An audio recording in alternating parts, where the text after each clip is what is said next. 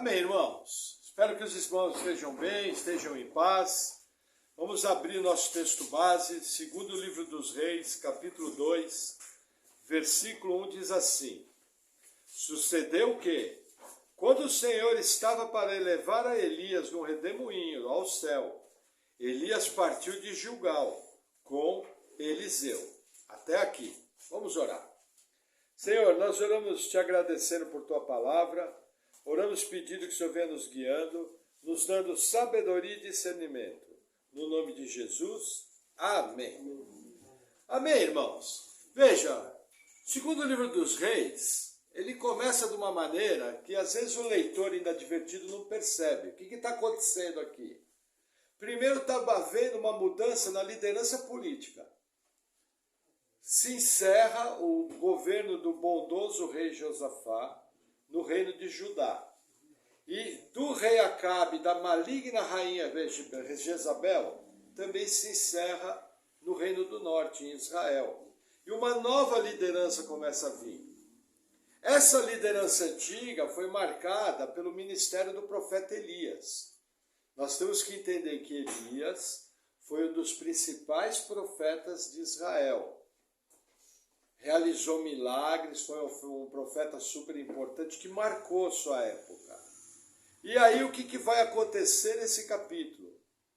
Algo que é praticamente exclusivo na Bíblia. Elias vai ser levado ao céu e não vai conhecer a sepultura. Para vocês terem uma ideia, até o dia de hoje, isso só aconteceu com duas pessoas. Com o patriarca Enoque, antes do dilúvio, e com Elias. O mais importante não é isso, porque veja, nós conhecemos o Deus de milagre. Se Deus quisesse hoje vir aqui e levar toda a igreja, Ele levava. A grande questão aqui é que vai se iniciar um outro ministério super importante, o ministério do profeta Eliseu. Existem alguns ensinos nesse capítulo que até hoje falam a nossa vida. Até hoje eu posso aprender com eles na questão espiritual, na questão de poder de Deus se manifestando, na questão de como se portar como um homem, como uma mulher de Deus. Amém? E aí a narrativa vai continuar no versículo 2. E disse Elias a Eliseu: Fica-te aqui, porque o Senhor me enviou a Betel. Porém Eliseu disse: Vive o Senhor, e vive a tua alma, que não te deixarei. E assim foram a Betel. Então os filhos dos profetas que estavam em Betel saíram ao encontro de Eliseu e lhe disseram: Sabes que o Senhor hoje tomará o teu senhor por sobre a tua cabeça? E ele disse: Também eu bem o sei. Calai-vos. Veja que interessante. Gente, primeira coisa, a questão do redemoinho aqui. Às vezes você vê nos desenhos animados, você vê nos filmes, um redemoinho aparecendo, um vento soprando, e Elias subindo aos céus. Na verdade, a palavra original aqui, Elias vai subir ao céu numa grande tempestade. Um céu tenebroso, onde o poder de Deus está se manifestando. Que mais? Esse capítulo vai ser marcado pela fidelidade de Eliseu. A fidelidade de Eliseu a Elias está sendo testada. Aqui, Elias fala: olha, Deus me mandou a Betel. Eles vão fazer uma viagem a pé de 20 quilômetros ou mais. Num terreno super difícil, numa região super difícil. O que está acontecendo aqui? A fidelidade de Eliseu está sendo testada. Que mais que a gente vê? Haviam escolas de profetas dirigidas por Elias e por Eliseu.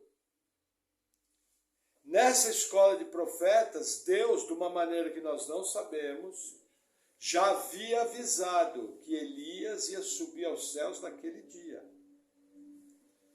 Eliseu não trata isso com oba-oba, não, ao contrário, Eliseu trata de uma maneira muito séria. Vamos entender. Subir sobre a cabeça tem a ver com a questão de sucessão ministerial. Segunda coisa, a partir daquele dia, Eliseu não veria mais em vida o seu amigo, o seu senhor e aquele que inspirou tanto o seu ministério. Aqui o assunto é solene.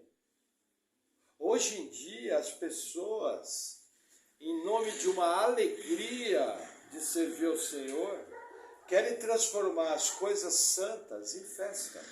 Quer transformar as coisas santas em bagunça. Veja, eu creio num Deus que tem senso de humor, eu creio num Deus alegre, eu creio num Deus maravilhoso, mas as coisas de Deus são solenes, são coisas sérias. Existe um momento de rir, vou te dizer um bom momento de rir, quando você lembra que Deus salvou eu e o irmão João. Aí você morre de rir, fala, olha, só Deus mesmo. Aí você vira no chão da risada, você fala, como é que Deus salvou dois jaguares que nem aqueles? Aí é motivo de rir. Agora, no momento que o homem quebrantado se rende ao Senhor, confessando seus pecados, reconhecendo Ele como Senhor e Salvador, não é momento de rir. Por exemplo, muitas igrejas têm mania de, na ceia do Senhor, sair pulando, sair fazendo festa, sair fazendo um monte de coisa. Eu não vejo motivo para isso. Jesus foi moído. Jesus sentiu uma dor terrível. Jesus foi duramente espancado. Uma morte extremamente sofrida por algo que não era dele. Todo o pecado recaiu sobre ele. Não tem motivo para sair pulando. Não tem motivo para sair rindo. Eu posso me alegrar. Falar, puxa, Senhor, obrigado. Porque o Senhor me salvou e um dia o Senhor vai voltar. Mas veja, uma alegria solene. Com calma. Entendeu? Nós vamos ver nesse capítulo a seriedade de Eliseu em lidar com algo extremamente sobrenatural. O que nós temos que lembrar?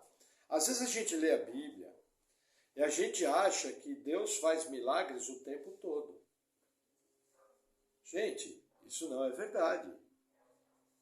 Fatos assim de mexer com a natureza, você só viu no ministério de Moisés, você só vê no ministério de Elias e de Eliseu, e você só vai ver de novo nos dias do Novo Testamento, quando Jesus andou na terra. Não é assim, oba-oba. Deus pode fazer milagre? Pode. Deus pode fazer coisas espetaculares a hora que Ele bem entender. Sabe? Eu imagino que o nosso universo é uma pecinha que está na mesa de Deus, de tão pequeno que nós somos. Entendeu? Só que veja, Deus é um Deus que tem regra, tem maneira de agir. Existem momentos. Entendeu? Então, assim, a gente tem que entender, por exemplo, você não vê nenhum milagre poderoso no ministério do profeta Jeremias. Entendeu? Você não vê Neemias e Esdras fazendo descer fogo do céu. Você não vê Abraão, o pai da fé, realizando alguma coisa extraordinária. Deus faz milagres a hora que Ele bem entende para o seu propósito. É Ele que escolhe, é Ele que decide, é Ele que determina. E nesse capítulo aqui, nessa época em si, por causa dos propósitos de Deus, Deus está agindo, fazendo muito milagre. É uma marca dessa época aqui, amém? Vamos seguir mais um pouquinho, versículo 4. E Elias lhe disse, Eliseu, fica-te aqui, porque o Senhor me enviou a Jericó. Porém ele disse, vive o Senhor e vive a tua alma, que não te deixarei. E assim foram a Jericó. Então os filhos dos profetas que estavam em Jericó se chegaram a Eliseu e lhe disseram, sabes que o Senhor hoje tomará o teu Senhor por sobre a tua cabeça? E ele disse, também eu bem sei, calai-vos. Olha que interessante, a mesma cena de Betel. Mais um aviso profético. Entendeu? Isso aqui está sendo repetido, é uma certeza. Lembra que eu ensino, quando algo aparece mais de uma vez no texto, é que aquilo é o foco do texto. Esse texto foi escrito para descrever Elias sendo levado aos céus. E mostrar que eles fazem. Aí, novamente, Eliseu tem uma resposta super séria. Falou, eu pensei, calai-vos, não quero falar do assunto. Morreu o assunto. Aqui tem um ensino também importante, veja. Às vezes as pessoas saem falando das coisas do Senhor, das coisas que vêm na igreja de maneira indevida. Por exemplo, eu já tive no meu ministério situações de expulsão de demônios. E para a honra e glória do Senhor, graças a Deus, a equipe mandou o demônio saiu da pessoa, só que eu não admitia ficar falando depois, ficar conversando nem nada, entendeu? E uma das coisas que eu tinha cuidado, às vezes alguém caía no chão. Então sempre a orientação, ó, cuidado com a roupa, não deixe expor nenhuma parte do corpo, porque as coisas de Deus são dignas, entendeu? E fazer as coisas com discrição. Eliseu aqui está mostrando a mesma discrição. Amém? É legal você ver o poder de Deus se manifestar? É. Mas veja, junto com essa manifestação de poder, tem uma seriedade envolvida, que você precisa tomar cuidado. Amém? Vamos seguir um pouquinho mais, versículo 6. E Elias disse, fica-te aqui, porque o Senhor me enviou ao Jordão. Mas ele disse, vive o Senhor e vive a tua alma, que não te deixarei. E assim ambos foram juntos. E foram 50 homens dos filhos dos profetas, e pararam defronte deles, de longe. E assim ambos pararam junto ao Jordão. Então Elias tomou a sua capa e a dobrou, e feriu as águas, as quais se dividiram para os dois lados, e passaram ambos em seco. Veja, aqui Elias faz um milagre muito sério. Ele para na beira do Rio Jordão, faz uma dobra na sua capa, nós não sabemos como, e ele toca as águas com essa dobra, com essa capa, e simplesmente o rio se divide. E ele passa andando a seco. O mais interessante é que, novamente, Elias está andando para lá e para cá. Aqui nessa quilometragem, eles já andaram em torno de 50 quilômetros. E Eliseu junto. E aqui tem uma novidade. Mais de 50 filhos de profetas ou profetas estavam acompanhando de longe. Olha que interessante. Eles foram acompanhando de longe, mas não foram perturbar Elias e Eliseu. E eles tinham liberdade, eles eram discípulos. Mas você percebe a cena, com a segunda afirmação de Eliseu, Eliseu filho falou, bem eu sei, calai-vos. A turma pergunta, opa, Eliseu está bem focado, Eliseu está bem compenetrado. Vamos seguir? Isso aí eu estou fazendo uma conjectura, não está no texto. Turma, vamos. Aí está no texto, mas vamos seguir de longe, que a gente não sabe o que vai acontecer. Entendeu? Uma coisa muito chata na igreja, uma coisa muito chata no ministério cristão, é gente intrometida, que não sabe o seu lugar, que chega, fala de qualquer maneira, às vezes está conversando um assunto sério, a pessoa vem do seu lado falar uma besteira, às vezes está conversando com o irmão, pode se achegar do lado? Pode, você se achega, ouve um pouco. Às vezes você vai chegar lá, um está contando que o filho do tio está internado em estado grave da UTI. Aí chega você contando piada do Corinthians, no meio da conversa. Chamado sem noção. Entendeu? Essa atitude dos profetas nos ensina isso. Está lá tomando o lanche do culto, está lá conversando com os irmãos, seja sábio. Chega do lado, vê o assunto como é que fala, espera a oportunidade para falar. Entendeu? Deixa os irmãos te incluírem na história. Você vai passar por uma pessoa sábia, uma pessoa prudente, uma pessoa bem educada. Imagina se esses profetas se aproximam e tanto Eliseu ou Elias dá um xingo neles e fala, vocês estão pensando o quê? Quem chamou vocês aqui? Entendeu? Então assim, seja sábio, seja inteligente e saiba como agir nas situações, até nas espirituais. Está acontecendo algo diferente na igreja, você não sabe o que é, fica quieto. Presta atenção. Depois, no momento apropriado, você pergunta. Eu já tive pessoas que vieram perguntar, irmão, o que aconteceu ali? Aí eu, por cima, aconteceu isso. Eu entendi, morreu o assunto. Entendeu? Seja sábio. Isso eu acho que vale para tudo, no trabalho, na família, para tudo. Mas principalmente na igreja. Você tem que ter sabedoria. Amém? Vamos avançar, versículo 9. Sucedeu que, havendo eles passado, Elias disse a Eliseu: pede-me o que queres que te faça, antes que seja tomado de ti. E disse Eliseu: peço que haja porção dobrada do teu espírito sobre mim. E disse: coisa difícil pediste. Se me vires quando for tomado de ti, assim se te fará. Porém, se não, não se fará. E sucedeu que, indo eles andando e falando, eis que um carro de fogo, com cavalos de fogo, os separou um do outro. E Elias subiu no céu num redemoinho. Até aqui. Vamos começar pelo versículo 11. O que acontece? Eles estavam conversando, andando, aparece um carro de fogo.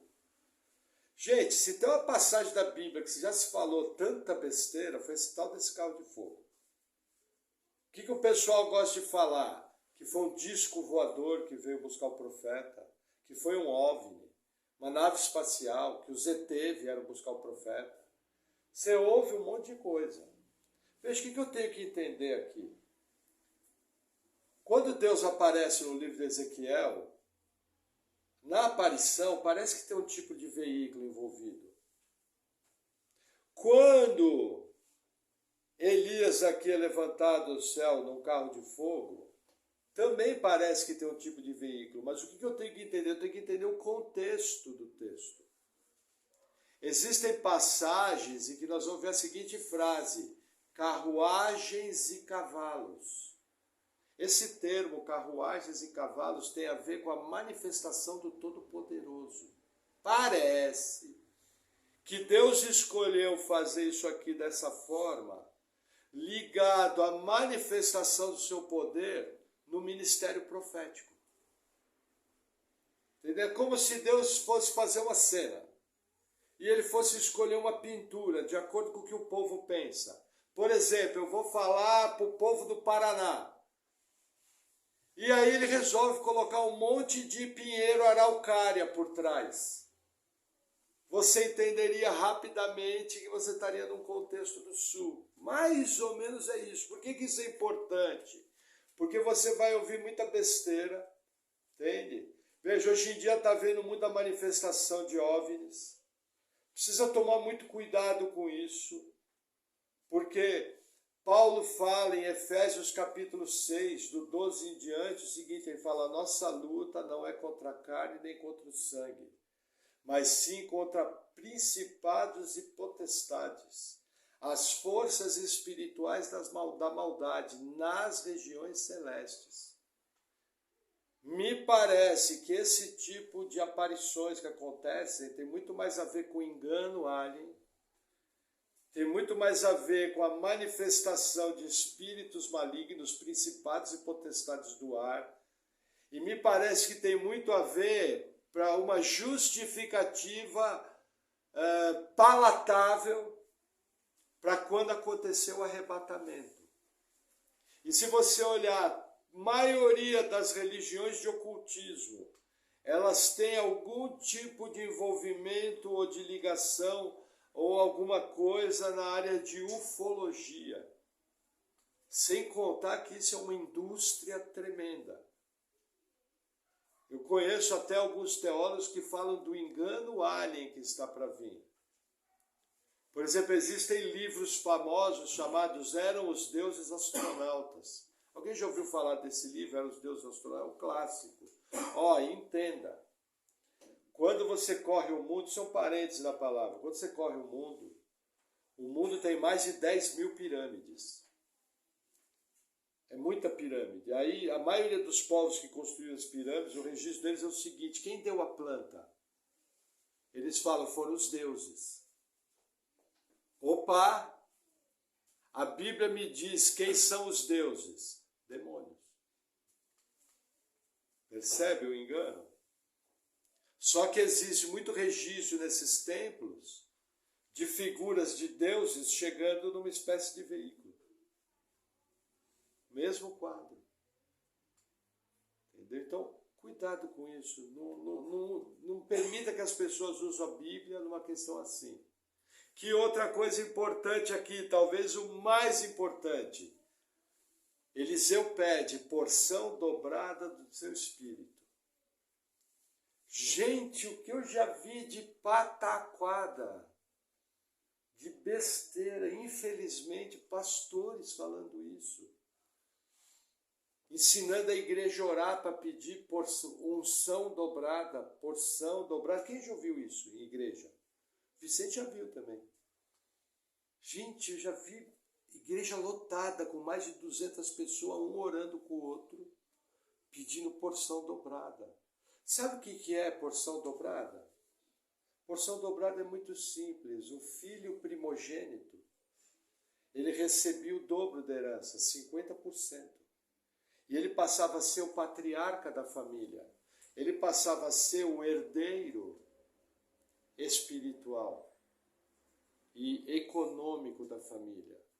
O que Eliseu está pedindo aqui é para ser o sucessor profético do ministério de Elias. Tanto é que Elias responde no 10 o seguinte, ao começo do 10. E disse, coisa difícil pediste. Por quê?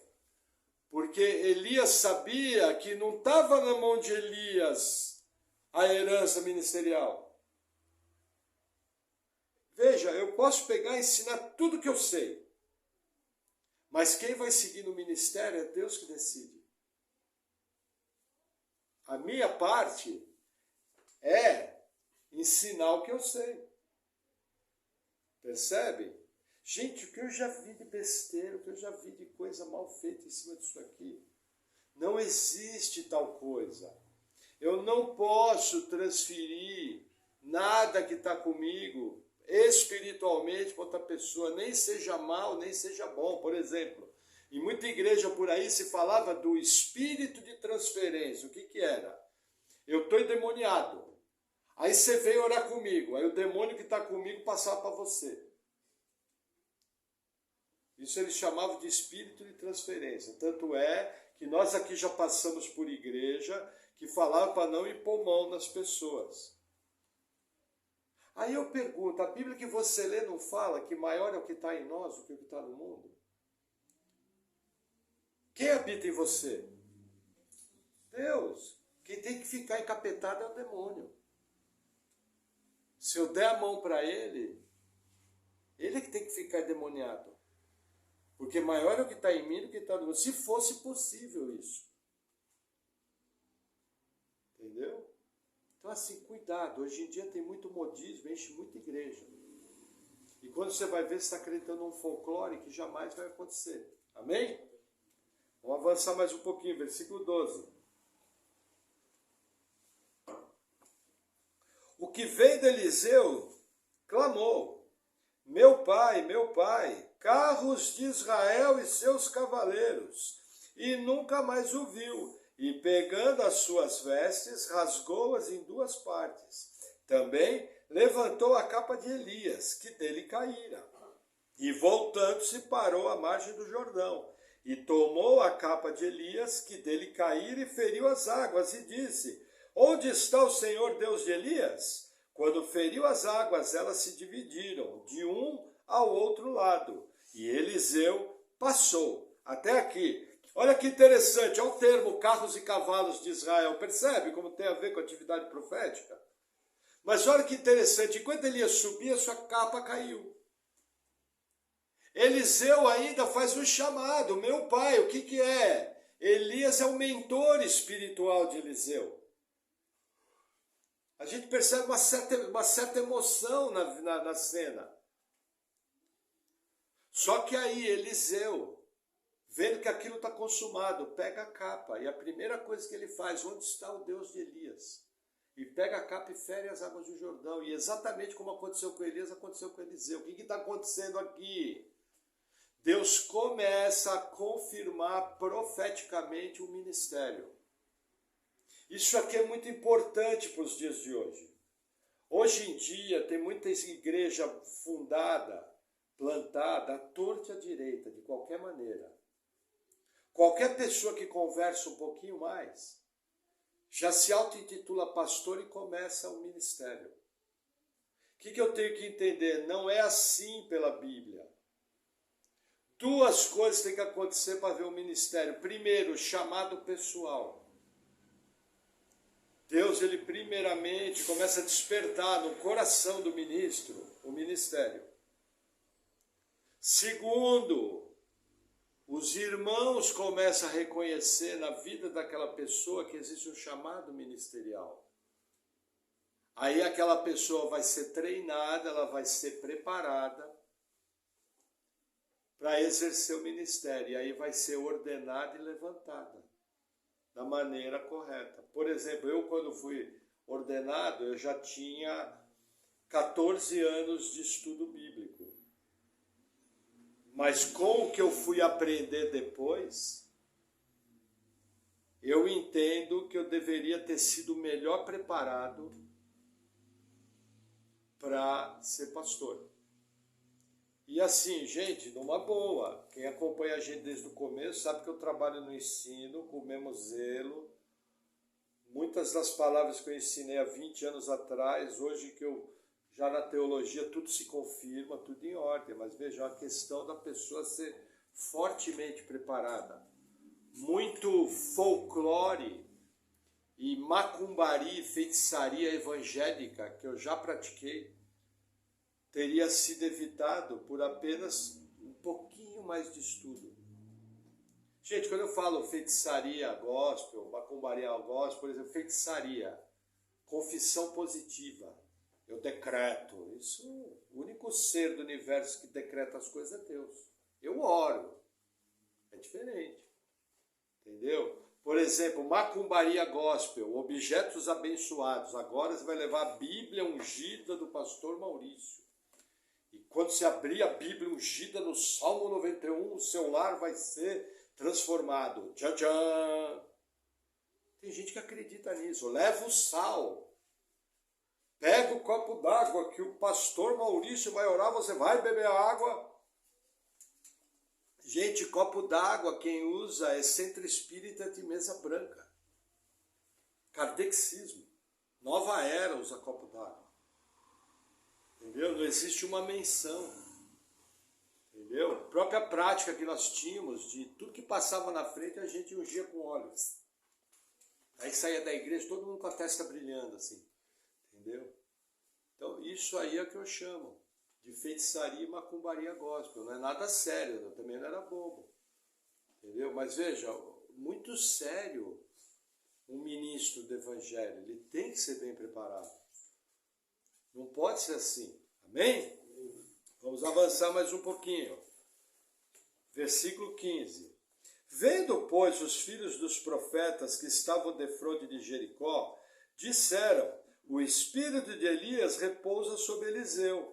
E vieram-lhe ao encontro e se prostraram diante dele em terra. E disseram-lhe: eis que agora entre os teus servos há 50 homens valentes. Ora, deixa-os ir para buscar o teu Senhor. Pode ser que o elevasse o Espírito do Senhor e o lançasse em algum dos montes, ou em algum dos vales. Porém ele disse: não os envieis. Mas eles insistiram com ele, até que constrangido disse-lhe: enviai. E enviaram 50 homens, que buscaram 3 dias, porém não o acharam. Então voltaram para ele, pois ficaram em Jericó, e disse-lhes: eu não vos disse que não fosseis? Até aqui, qual é o quadro? Assim que aqueles 50 homens vê o Rio Jordão se abrir, eles reconhecem: opa, o poder de Deus, que no texto é chamado o Espírito que repousa sobre Elias, é o poder de Deus. Não é o Espírito, entendam. Tem lugar de espiritismo que fala que espíritos podem ser usados por causa desse texto. Só que isso aqui é tão óbvio, é uma figura de linguagem. O espírito de Elias repousando sobre Eliseu é o poder de Deus repousando sobre Eliseu. Simples. Qualquer criança que conhece hebraico sabe disso. Entendeu? Só que a turma pega e vem com heresia. Só que entenda, o foco aqui é que eles imediatamente reconhecem Eliseu. Segunda coisa, o respeito deles com Eliseu. Gente, nós não acreditamos naquela história que falam por aí, não toqueis no ungido do Senhor. Tem pastor que usa isso de maneira abusiva, mas assim, respeito, cuidado.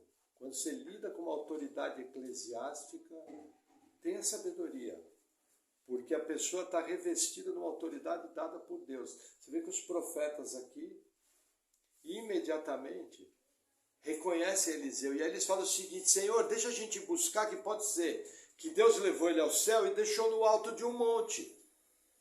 Aí nós vamos trazer ele. Aí Eliseu falou: não é para ir. Eles falaram: não, mas deixa a gente ir, nós queremos ajudar. Aí Eliseu falou: vai. Eles andaram por 3 dias no deserto, foram para tudo quanto é canto, e voltaram a não encontrar nada. Aí Eliseu dá nos dedos, ele falou: não falei que não era para vocês irem? E aí eles entenderam que Elias realmente tinha sido levado ao céu. Amém? Vamos lá, versículo 19.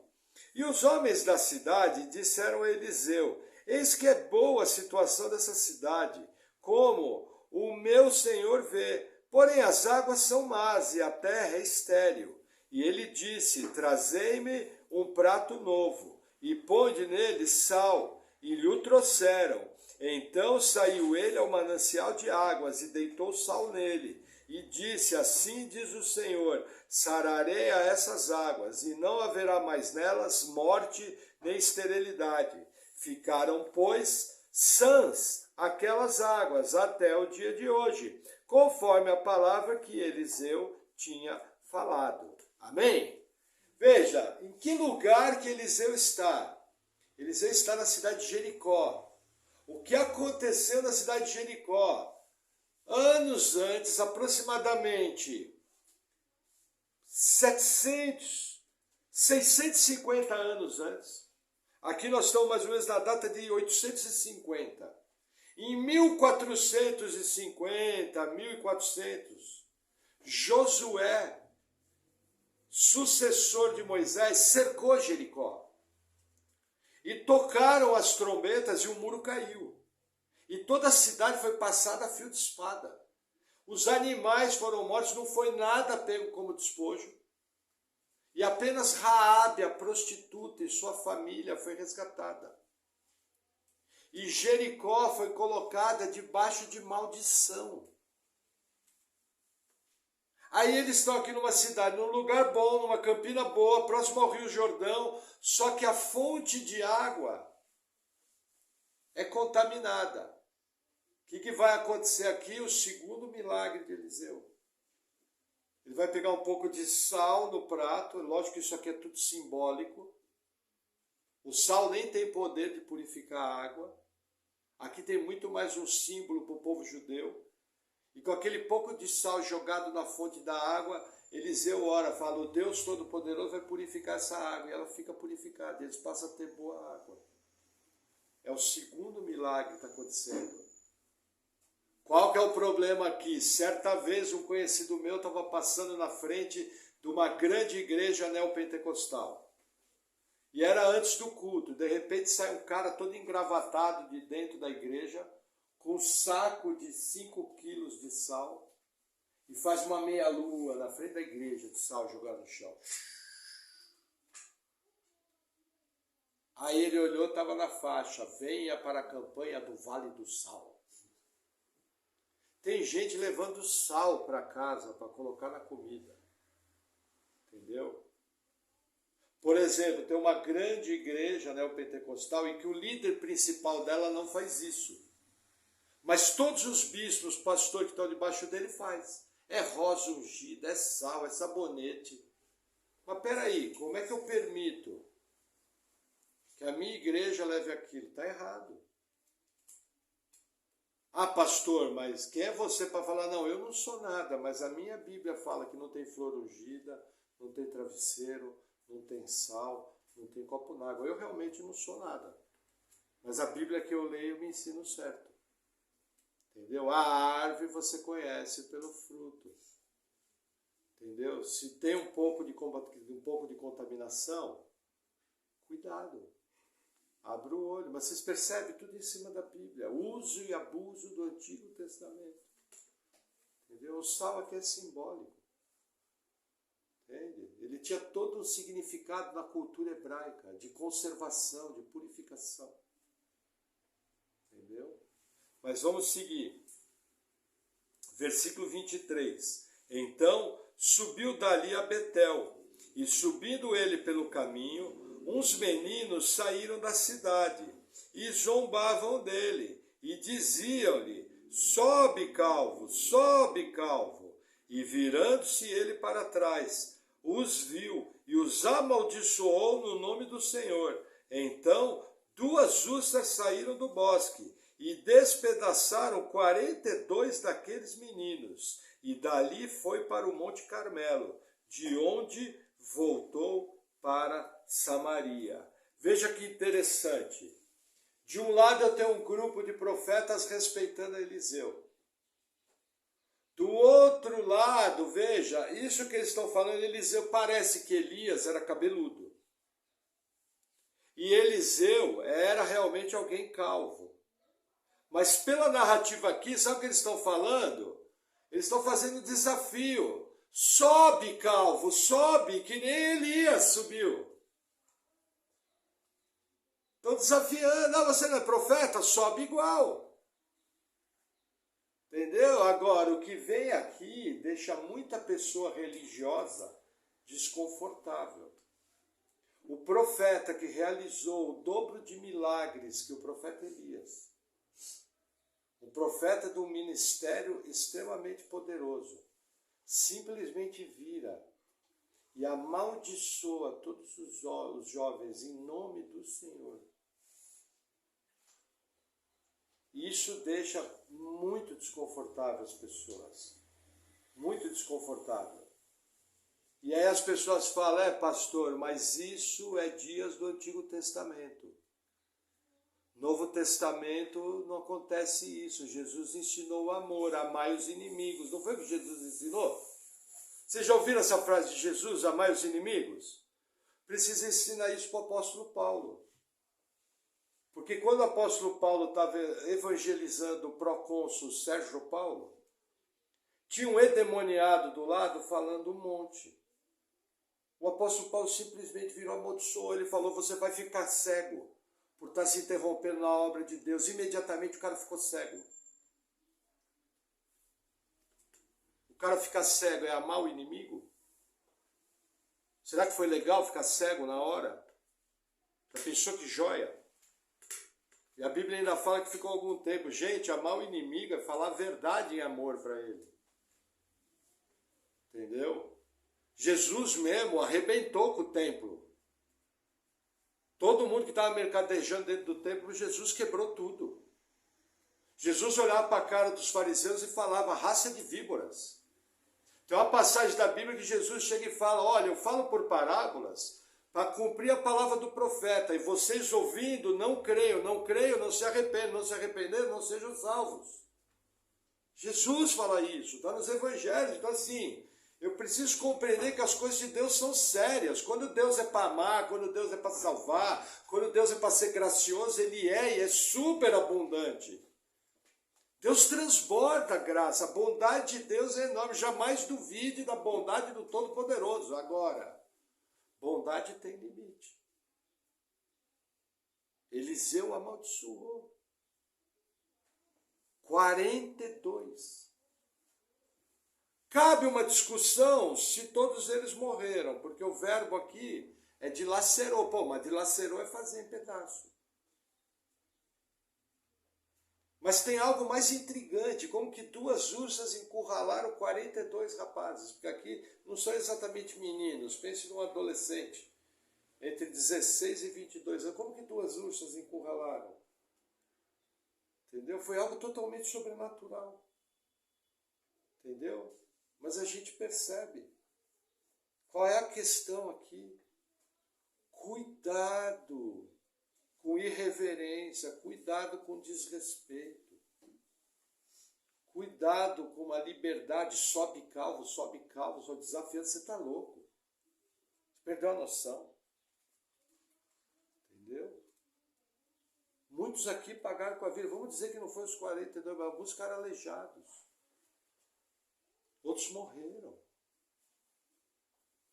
Outros pegaram uma grande infecção, porque a gente sabe que animal, quando fere, não tinha antibiótico. Juízo sério. Porque faltaram com respeito. E aí, hoje em dia, você vai à igreja, que chega e fala, Deus é o cara. O cara cola brinco na orelha do cara que fala isso. Entendeu? Nós já passamos por estruturas que o pessoal tem uma irreverência com Deus terrível. Não é ser religioso, é temer aquele que pode mandar tanto a alma como o corpo para o lago de fogo. Jesus fala isso, olha, antes temeis aquele que pode mandar tanto a alma como o corpo. Sabe? Opa, peraí, estou falando de Deus, eu estou falando do Criador. A minha vida é um sopro. Pô, aquela pessoa é um irmão em Cristo. Jesus morreu por ele, eu vou ter cautela como me relaciono. Aquele ali é um pastor, aquele ali é um diácono. Até para quando você vai fazer uma crítica, eu, da minha posição, tenho que fazer as críticas para ensinar teologia, vocês podem ver, eu não desrespeito. E principalmente eu gosto de usar aquele termo, né? Que tem muita gente que às vezes está sinceramente enganado. Entendeu? Mas a minha posição exige, quando você ensina teologia, você tem que denunciar as más obras. Mas assim, cuidado. Sabe? Por exemplo, eu não gosto que fala de irmão de outras igrejas, de maneira pejorativa.